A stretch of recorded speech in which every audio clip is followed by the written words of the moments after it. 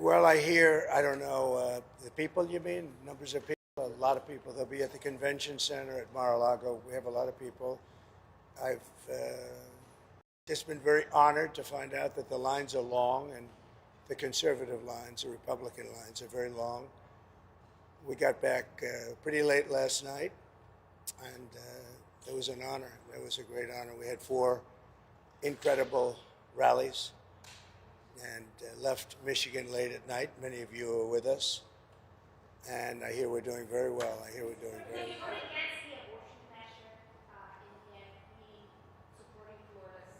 We did a great job in that. We brought it back to the states, as you know. I believe in exceptions, as Ronald Reagan did. And we did a great job. We did something that they've wanted to do for 52 years. Yes, please. Mr. President, you talk a lot about if you win, there are going to be tens of millions of Harris supporters who will be upset. What would your plan be to reach out to those people, bring them in? What would your message then be? Well, it'll be just that. We want to bring everybody in. We want to be very inclusive, and we will be very inclusive. We have a great country, but we have a country that's in trouble. It's in big trouble in many ways, and we have to straighten it out. We have crime is through the roof. We have people pouring through our borders that are not exactly perfect. They come out of prisons. 13,000 people convicted of murder. We don't need this in our country. We have enough difficulty. We don't need that. So I think people saw that, and it just seems that the conservatives are voting very powerfully. Just finish it up. Go ahead. How are you feeling? No, I feel very confident. I have felt. You know, we went in with a very big lead today, and it looks like Republicans have shown up in force.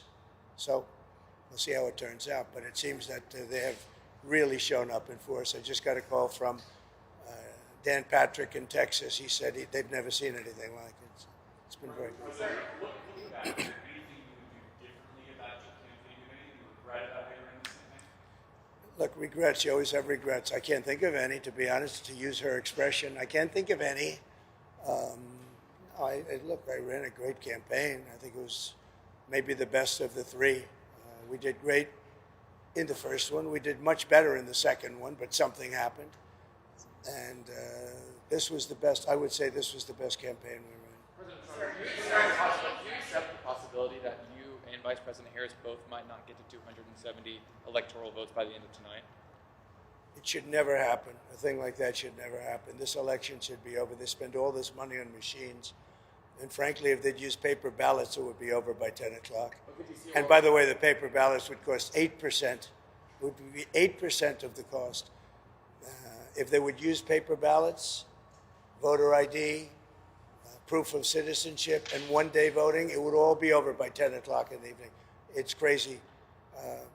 They use these very expensive computers, and I'm hearing in Pennsylvania they won't have an answer till 2 or 3 days from now. I think it's an absolute outrage if that's the case. Now, maybe it'll be later, but it's paper ballots in France. They went paper ballots because the mail-in was not working. It was corrupt. And in France, they went paper ballots. And at 10 o'clock in the evening, they had 37 million votes counted and done. They had a winner, they had a loser. And in this country, I mean, I'm just hearing that in certain states, it's going to be a long time. And it won't even be close. It won't even be that close. They say, I'm going to win the state, but it's going to take a long time to certify it. Could you see a world where you don't declare victory tonight?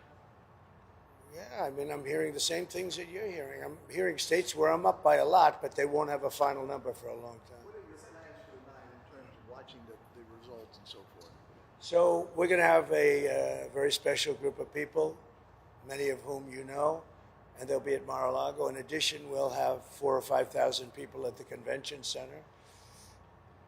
On the assumption I win, I mean, I don't know if something else happens. I don't know what's going to happen in terms of declaring victory, but if in normal times I would go over to the convention center, let's say at 10 o'clock or 11 o'clock or something, but I just don't know.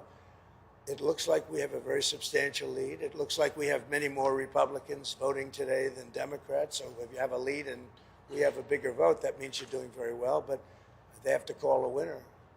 They should. And they should call a winner, yes. Just stop talking about that. Go ahead. Oh, I don't know. I was honored to get Joe Rogan last night. I mean, Joe Rogan's a big deal. He's a very respected person. And I must tell you, Megan was fantastic. She got up and said some things that were really pretty amazing. But before that, I just think we ran a good campaign. I had good policy. We want people to come into our country, but they have to come in legally. You know, we want strong borders, and we want people to come in. We want to be totally inclusive, but they have to come in. I think that was a big issue. To me, that was the biggest issue. I may be wrong. You know, a lot of people said inflation. Inflation's a disaster, but I think it's a second issue. I think the first is the border.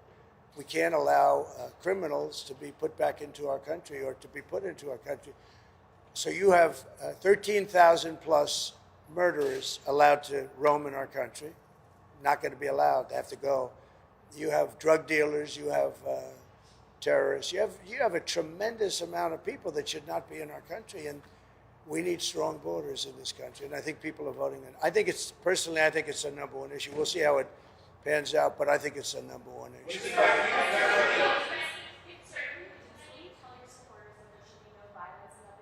I don't have to tell them that. I don't have to tell them that there'll be no violence. Of course there'll be no violence. My supporters are not violent people. I don't have to tell them that. And I certainly don't want any violence, but I certainly don't have to tell. These are great people. These are people that believe in no violence. Unlike your question, you believe in violence. Go ahead.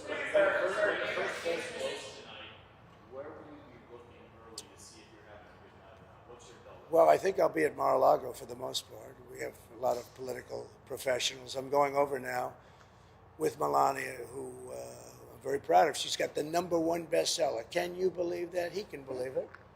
But so we're very proud of the job she's done with that. Her book is #1. But we're going to go over to the office in West Palm, and we're going to say hello to the workers. They've worked very hard. Will Georgia kind of be your first indication of whether it's going to be I think so. I mean, I hear we're doing very well there in Georgia. I hear we're doing very well. I hear we're doing very well everywhere. Now, I may regret that statement, but I'm hearing that we're doing very well everywhere. Would you go louder?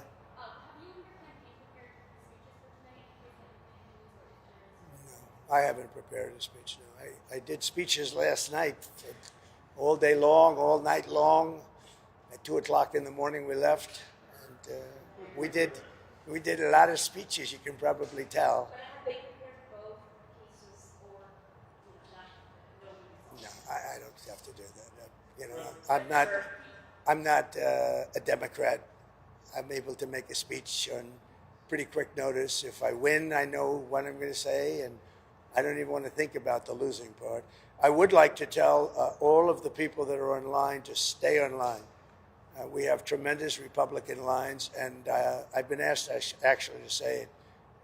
It takes a while. I'd like to just make the statement that I'd like the Republicans to stay online. Democrats, if they'd like, they can leave. But I'd like the Republicans to stay online.